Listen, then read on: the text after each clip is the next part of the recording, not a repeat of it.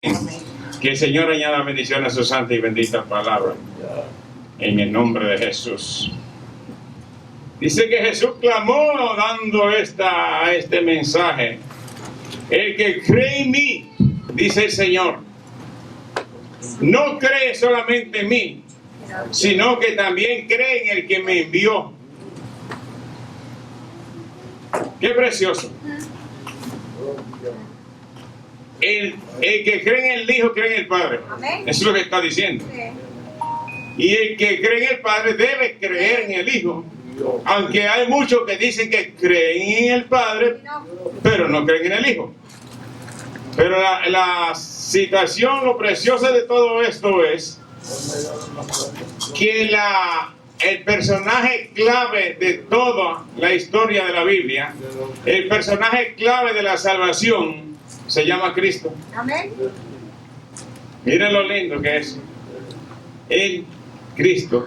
Cuando Jesús se iba, dijo un anuncio bien bonito cuando dijo que toda la potestad le ha sido dada en el cielo y en la tierra y debajo de la tierra.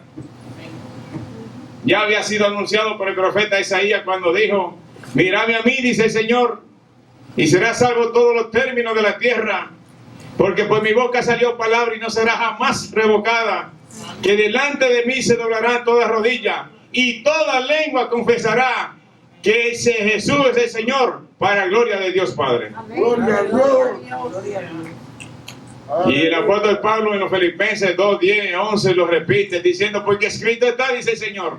A los romanos también se lo dice: porque escrito está, dice el Señor, miradme a mí, será salvo todos los términos de la tierra. Y toda lengua confesará que Jesucristo es el Señor, para la gloria de Dios Padre. Amén. De manera que el que codió a Jesús fracasó. Falló. Damos gracias, Señor, por la familia que está visitando en este día. Gloria a Jesús. Entonces, primero tenemos que ver si creemos en Jesús, creemos en el Padre. Aleluya. Jesús dio orden de cómo bautizar, ¿verdad? Que por cierto, a propósito de bautismo, quiero hablar con Abel. Dio una orden, habló de 3 personajes clave. Bautice, y por todo el mundo y hacer discípulos, y bautícelo en el nombre del Padre, en el nombre del Hijo y del Espíritu Santo. Amén, gloria a Dios. Ayer Mini y yo meditábamos en esta palabra y sacando el mensaje, resumiendo el mensaje que el Señor está dando ahí. En esas 3 palabras hay un mensaje muy clave. Y sé que muy pocos lo explican. A mí me gusta explicarlo cuando estoy dando los estudios para bautismo, para que la persona sepa el por qué hay que bautizarlo en el nombre de los 3 grandes. Alguien malinterpretó la palabra que Pedro le dijo a aquella persona cuando dijo: ¿fuiste bautizado en el nombre de Jesús? Dice: no. Pues bautícese en el nombre de Jesús. Pero Pedro no estaba diciendo que nada más fuera en el nombre de Jesús solo. Que de ahí es que viene el grupo religioso, los Jesús solo. Sino que lo malinterpretaron esa palabra y sacaron una doctrina de ahí. Lo que Pedro estaba diciendo, no en el bautismo de Juan, sino en el bautismo de Jesús. ¿Cuál fue el de Jesús? El Padre, en el Padre, en el Hijo y el Espíritu Santo. Entonces, cuando Jesús dio este mandamiento de hacer discípulos y bautizarlo en el nombre de la Trinidad, como hay otras religiones que dicen por ahí, la palabra Trinidad no existe en la Biblia. Y yo estoy de acuerdo con ellos, porque la palabra Biblia tampoco existe dentro de la Biblia. La palabra Biblia no existe en el pergamino, no dentro, porque es un grupo de libros. Y Jesús dio a entender que la iglesia o el creyente depende y tiene que tener en cuenta al Padre en todo en cualquier cosa que haga. La iglesia o el creyente tiene que tener en cuenta al Espíritu Santo en todo, en lo que se proponga, y que tiene que tener en cuenta al Hijo, que es Jesús, en todas las cosas que haga o se proponga hacer. Los tres tienen que estar dentro, presente en la doctrina de la iglesia, presente en lo que se hace en la iglesia, presente en la vida del creyente. Tiene que estar siempre los tres. Y como en otra palabra, la firma es de tres. Van a sacar una propiedad, tú te vas a hacer propiedades, o te vamos a salvar, pero va a llevar tres firmas. Tu salvación lleva tres firmas. No puede ignorar ninguna de las tres. ¿Cuál es? La del Padre, la del Hijo y del Espíritu Santo. Entonces Jesús dice que el que cree en Él, el que cree en mí no cree en mí, sino en el que me envió. Creeré en el Padre. Verso 45 dice, y el que me ve, ve al que me envió. Santo Dios, aleluya. Qué lindo es. En una ocasión hubo uno de los discípulos, los apóstoles, que le dijo a Jesús, cuando él le dijo, yo soy el camino, la verdad y la vida, y nadie viene al Padre si no es por mí. Y dice Felipe, muéstranos al Padre y no basta. Y entonces Jesús se asombró de Felipe y le dice, oh Felipe, tanto tiempo hace que estoy con ustedes y aún no me conoce. ¿Cómo me dice que te muestre al Padre? El que me ha visto a mí, ha visto al Padre. En otras palabras, créeme por los mismos hechos, dice el Señor. Pero en San Juan dice el Señor Jesús, el Padre y yo, uno somos. Somos uno. No son dos. No hay separación. Es la gente que han querido dividirlo. Entonces, de hecho, el término de que hablar de la primera y la segunda y la tercera persona, eso no está correcto. Es un invento de hombre. Jesús en ningún momento habló de, porque la primera persona, y yo soy la segunda, y el Espíritu Santo la tercera. No, eso no está en la Biblia en ninguna parte. Eso sí que como doctrina no puede aparecer. Porque Dios es uno. Uno en esencia. Tres en persona. Pero uno en esencia. Dios. Jehová. Nombre plural. Es una deidad. Lo mismo que usted y yo. Usted y yo somos una trinidad. ¿Cómo? Bien claro. Porque estamos compuestos por alma, cuerpo y espíritu. Y dice el apóstol Pablo a los tesalonicenses, en el capítulo 5, verso 23, que sea guardado para el día de la venida de nuestro Señor Jesucristo todo nuestro ser, alma, cuerpo y espíritu, sean guardados irreprensibles. ¿Qué irreprensible? Que no tengamos nada de qué avergonzarnos, que estemos caminando correcto, que Dios pueda dar testimonio de nosotros, que el Espíritu pueda dar testimonio de nosotros, que el mundo pueda dar testimonio de nosotros, que nosotros no andamos haciendo la cosa al revés, contrario a lo que dice la Biblia. Irreprensible. Un empleado irreprensible en su compañía es un empleado que cumple con todo lo que la compañía dicta. Dice la compañía hay que llegar a las 5 de la mañana, a las 5 menos 10 o menos 15 está ahí, o menos 20. Hay que llegar a las 4 de la mañana porque estamos en tiempo de verano o lo que sea, a las 4 menos 20 hay que estar ahí. Hay otras que se pasan de los límites, a 3 de la mañana y así. Que hay que estar a las 8 de la mañana, no, mañana vamos a salir a las 6 de la tarde, a esa hora salen. Y entonces, el trabajador que no es correcto, que no es íntegro, ese trabajador hace lo que le da la gana, pero la compañía en cualquier momento lo manda para afuera, porque no cuenta con él. Y Dios quiere contar con sus hijos, amén, contar con sus creyentes, contar con sus discípulos. Creemos en el que envió a Jesús, creemos en Dios, creemos en el Padre, creemos en el Hijo y creemos en el Espíritu Santo. Pero a la hora de adorar, adoramos al Padre y al Hijo.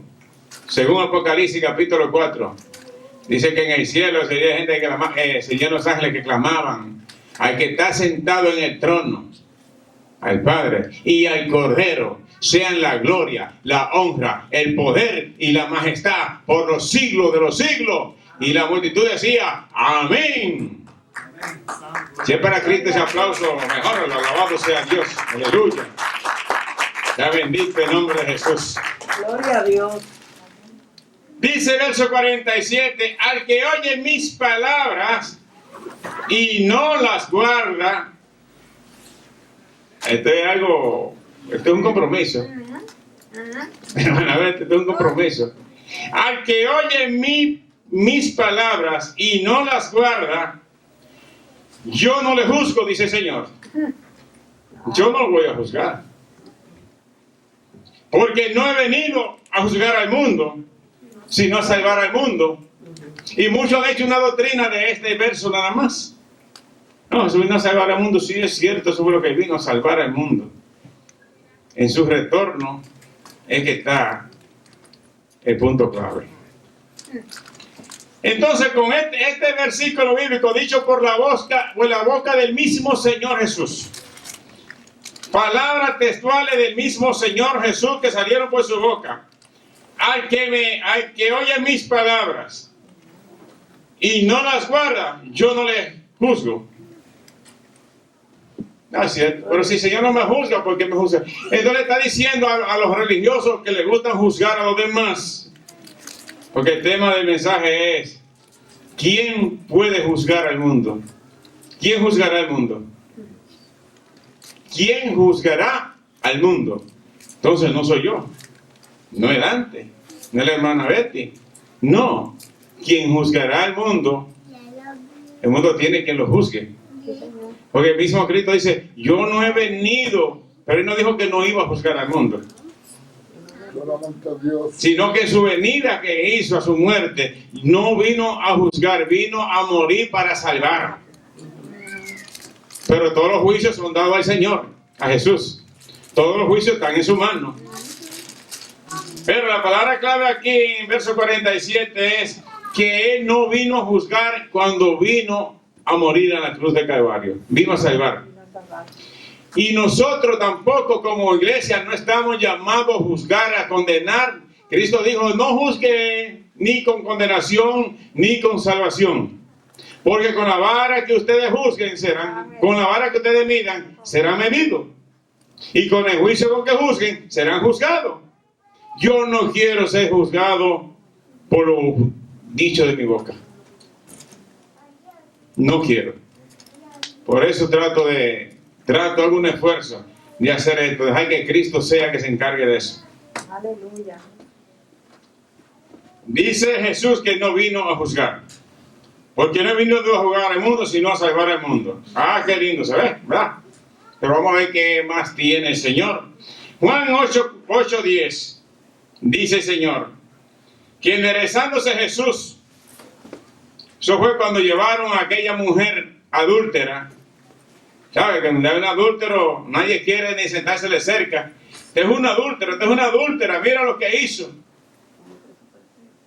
Oye, yo cuando alguien me trae una conversación sobre un adúltero, yo quiero que termine rápido, porque es que quieren que yo emita juicio junto con ellos, y yo no estoy dispuesto a eso. Siempre tengo que mandarlo a la Biblia. A la Biblia. No, que mira, que ya ha tenido tanto marido, por aquí yo sí, la predicadora más grande que Jesucristo utilizó cuando antes de morir fue una adúltera con 5 maridos. No eran 5, no eran 6 que tenía. Porque Jesús le dijo a aquella mujer, a la samaritana, cuando le dijo, ve y dile a tu marido, ve y trae a tu marido. Y ella le dijo, no tengo marido. Y Jesús le respondió, bien lo ha dicho, porque 5 ha tenido, ya no lo tenía. Y el que tiene, el número 6, aún no es tuyo. Este era una adúltera tremenda, ¿verdad? Pero Cristo la mandó a anunciar. Y cuando dijo, parece que tú eres el profeta. Y entonces Jesús le dice, voy a buscar a su gente, a avisarle, yo creo que me encontré con el Mesías, me encontré con un profeta, me ha dicho toda mi vida.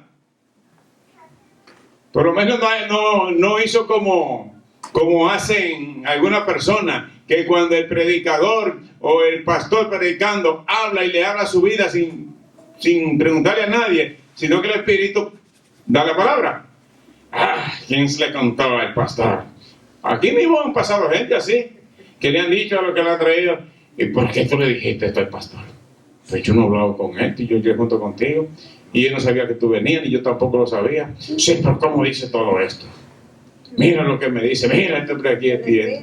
Personas que han tenido conversaciones con el otro, cosa, y se han mirado la cara y han hecho señas, y no, yo no he dicho nada. Porque el Espíritu Santo no hay que decirle nada. A mí sí habrá que decírmelo, y no ando preguntándole a nadie que me diga la vida de nadie. Pero el Espíritu Santo, que es el que revela, que es el que trae la palabra, ese sí. Ahora, si yo traigo un cuaderno aquí a leerle lo que yo escribí, ¿sabe qué? A mí no me gusta lo que hace Dante, y va a comenzar a poner comparaciones, y Anthony, y ok, y Etienne, y fulana de tal. Ese sí que es un mensaje en la carne. Gloria a Dios. Porque fue escrito premeditado. La palabra está ahí. Y el Espíritu Santo está encargado de dar la interpretación de ella. Entonces Jesús, cuando tenía aquella mujer que la encontraron en pleno adulterio, se la llevaron allá y le dijeron, la ley de Moisés dice que a la tal hay que matarla, apedrearla.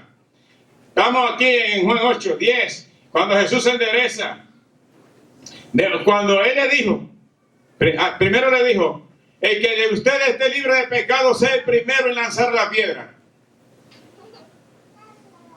Y nadie se atrevió a levantar la mano. Todo el mundo soltó su piedra y se fue. Comenzando por el sumo sacerdote, comenzando por los ayudantes del sacerdote, comenzando por los miembros de Sanedrín, comenzando, yéndose toditos, se fueron en fila. Nadie se atrevió a lanzarla. O sea, condenar. Cristo dijo, no vine a juzgar. Y ellos querían que Jesús la juzgara. Pero Jesús lo dijo muy claro, no vine a juzgar al mundo.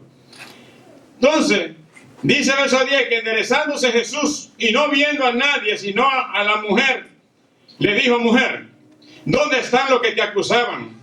¿Dónde están los que te condenaban? Y la mujer contesta, ninguno. Y él le dice, ¿ninguno te condenó? Y ella dijo, ninguno, Señor. Nadie se atrevió a condenar a aquella mujer adúltera. Con esta simple palabra, el que de ustedes esté libre de pecado, sea el primero en lanzar la piedra. Entonces Jesús le dijo, ni yo te condeno, vete y no peques más. Ahí viene el secreto ahora. Yo te perdono, pero no sigas pecando. No es que el Señor es el ministro de pecadores. No. Él lava el pecado del que viene a Él arrepentido, del que escucha su palabra, cree en su palabra, admite que Jesús es el Señor. Y como dice Juan capítulo 1, versículo 11 al 13, que a los suyos vino y los suyos no les recibieron, mas a todos los que les recibieron le dio la potestad de ser llamado Hijo de Dios, Hijo de Dios, por medio de Jesucristo. No hay Hijo de Dios, sino es a través de Jesucristo. El único que nos hace Hijo de Dios legítimo se llama Jesús a través de su sangre. Pero hay un dicho, todos somos hijos de Dios. No, todos no somos hijos de Dios, dice la Biblia. Todos somos criaturas, somos creados por Dios, pero no hijos. El hijo tiene que ser lavado, tiene que aceptar a Cristo como su salvador personal para recibir esa orden, ese permiso, ese diploma, ese título de hijo de Dios. ¿Hay lo demás que son? Juan 8, 44 al 46 dice, le dice él a los judíos que habían creído en él, pero estaban contendiendo con él, que no habían creído nada, que supuestamente habían creído, pero era mentira. Dice, ustedes son de vuestro padre, el diablo, y los deseos de vuestro padre quieren hacer. Si ustedes fuesen hijos de Abraham, lo que Abraham hizo hicieran ustedes. Entonces, ¿qué pasa? No eran hijos de Dios. Ellos sí decían, no somos hijos de adultos, somos hijos de Dios. Eso decían ellos. Pero no era así. Alabado sea el nombre del Señor. Entonces hemos visto en el mismo libro de Juan, los hijos de Dios y los hijos de Satanás. Pero como Satanás no ha hecho un engendro, pero por los hechos, por las obras. Porque Juan en capítulo 3, verso 8 para adelante, creo que dice, hijito, el que practica el pecado es del diablo. ¿Qué es practicar el pecado?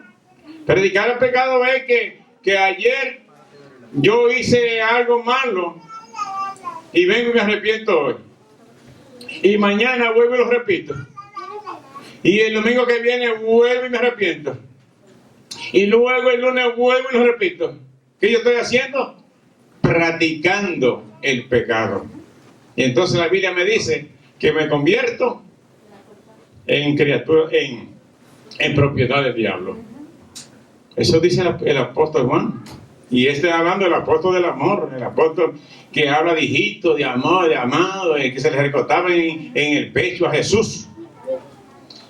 Entonces nadie pudo condenar a aquella mujer adúltera porque nadie se sintió digno libre de pecado. Mateo 7, 1 y 2 dice así: no juzguéis para que no seáis juzgados. No juzguéis para que no seáis juzgados. Porque con el juicio con que juzgáis, será juzgados. Y con la medida con que medís, os será medido. Hay otra versión bíblica que dice, con la vara que tú mides, será medido. No debemos juzgar a nadie. Dice, verso 3, una pregunta que hace el Señor. ¿Y por qué miras la paja? ¿Qué es una paja? Algo sencillo, ¿verdad? Que usted le cae en un ojo y usted nomás hace así y pestaña y se queda con ella ahí, y le cae otra paja y se queda con ella ahí, y le caen 10 pajas y usted se queda así fácilmente porque no se puede mover, no podemos mover la mano de tan pequeña que es. ¿Por qué miras la paja que está en el ojo de tu hermano? ¿Por qué no echa para afuera la viga que está en tu propio ojo? ¿Qué es una viga? Es una viga igualita a la columna. Las vigas están arriba, pero el mismo ancho de la columna son las vigas también ahí. Esas son vigas donde se apoyan los edificios. ¿Por qué no echa para afuera lo que te está matando a ti? Dice el Señor.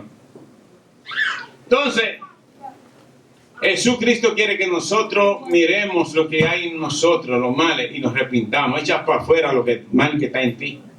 No trate de limpiar el ojo al otro cuando tú todavía no te has limpiado el tuyo. Límpiate primero tu ojo y después podrás limpiar el ajeno.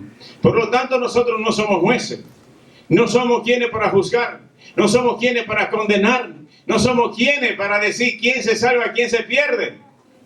A veces el personaje que usted ve más religioso, de boca. Porque hay gente que de boca, mi hermano, son santicos. Pero de hecho, de obra, ¡ay, mi hermano!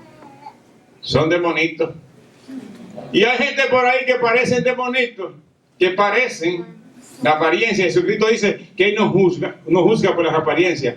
Ay, mira lo que hace, mira cómo brinca, mira cómo está. Pero esa persona se humilla más que aquel que lo está condenando, que priva en santidad. Hay personas que usted lo ve que son muy soberbios, muy cuestiones, muy duros, pero en un momento cometen un error y al instante se están arrepintiendo. Van donde aquellas personas que ofendieron, le piden perdón. Ay, perdóname fulano, que por aquí se arrepienten. ¿Usted cree que una persona así se pierde tan fácil? No. ¿Persona que sabe reconocer sus errores? No. Porque que Dios, al que se humilla, Dios lo levanta. Santo Dios, sí, Señor. La mano, dice que la ira del hombre no mueve la mano de Dios, pero la paciencia del hombre, la humillación, sí la mueve. Esa sí la mueve. ¿Y cuántas personas que, yo no veo que se van ahí a decirle a usted, perdóname, porque el grado que ellos tienen es tan grande que no le permite decirle a alguien, yo fallé contra ti, yo te ofendí, yo lo hice mal. No. Ellos callan lo que hacen. ¿Y qué dice la Biblia? Que cubre su pecado no prospera. No prosperará. Entonces, esa gente que cubre su pecado no prospera, pero aquel que lo descubre humillándose, eso sí. Dice Juan 12:47, al que oye mis palabras, dice el Señor. Vuelve diciendo, al que oye mi palabra y no las guarda, yo no le juzgo, porque no he venido a juzgar al mundo, sino a salvar al mundo. Y el 48 dice, el que me rechaza y no recibe mis palabras, tiene quien le juzgue. Ahora vamos a ver quién es el que puede juzgar al mundo. ¿Quién es el que juzga al mundo? Dice, la palabra que he hablado, ella le juzgará en el día postrero. Es sencillo. Aquí el Señor nos está diciendo, no te preocupes por condenar a nadie. Preocúpate por predicar. Eso sí lo mandó el Señor. Y predicar el evangelio a toda criatura, y el que creyere y fuera bautizado será salvo, mas el que no creyere será condenado. Entonces Jesús dio orden a su iglesia a predicar, a reconciliar, no a condenar, no a juzgar, no a mirar los defectos del otro, sino a tratar de ver lo mejor que el otro tiene, para sacar lo mejor que hay en él. Todo el mundo tiene algo bueno. Del madero más podrido se saca una buena pieza, pero hay que descascararle, hay que limpiarle. Entonces, nosotros no estamos llamados a juicio, a hacer juicio, sino a predicar. Porque el mundo, dice el Señor, que el mundo tiene quien lo juzgue. Y en las palabras que usted y yo hablamos, esas son las que juzgan al mundo. Quizás usted se siente incómodo porque le predicó tanto tiempo a tal persona y resultó que le dieron una trágica noticia. Fulano murió en un accidente. Fulano le dio tal cosa y murió. Ay, se fue sin Cristo. No, ya usted hizo lo que tenía que hacer. Ya usted le predicó. Ya usted le habló del arrepentimiento, del plan de salvación de Jesucristo. Si aquel no creyó, son sus problemas. Entonces esa palabra que usted le habló a esa persona son las que van a juzgar a esa persona. Esas son las que lo van a juzgar. Entonces no hay que preocuparse por eso. Ellas le juzgarán en el día de juicio. El día postrero es el día del juicio. Porque yo no he hablado, dice el Señor. Yo no he hablado por mi propia cuenta. El Padre que me envió, Él me dio mandamiento de qué he de decir y qué es lo que debo de hablar. Cuando usted predica, cuando usted habla, usted no está hablando por su propia cuenta. Usted está hablando por la cuenta del Señor. Lo que Él ha dicho, lo que Él dejó escrito en la Biblia, eso es lo que usted está hablando. Lo que debe y no debe de hablar, no pasarse de ahí. Y esta misma palabra se encargarán de hacer juicio con el mundo. Dios se bendiga.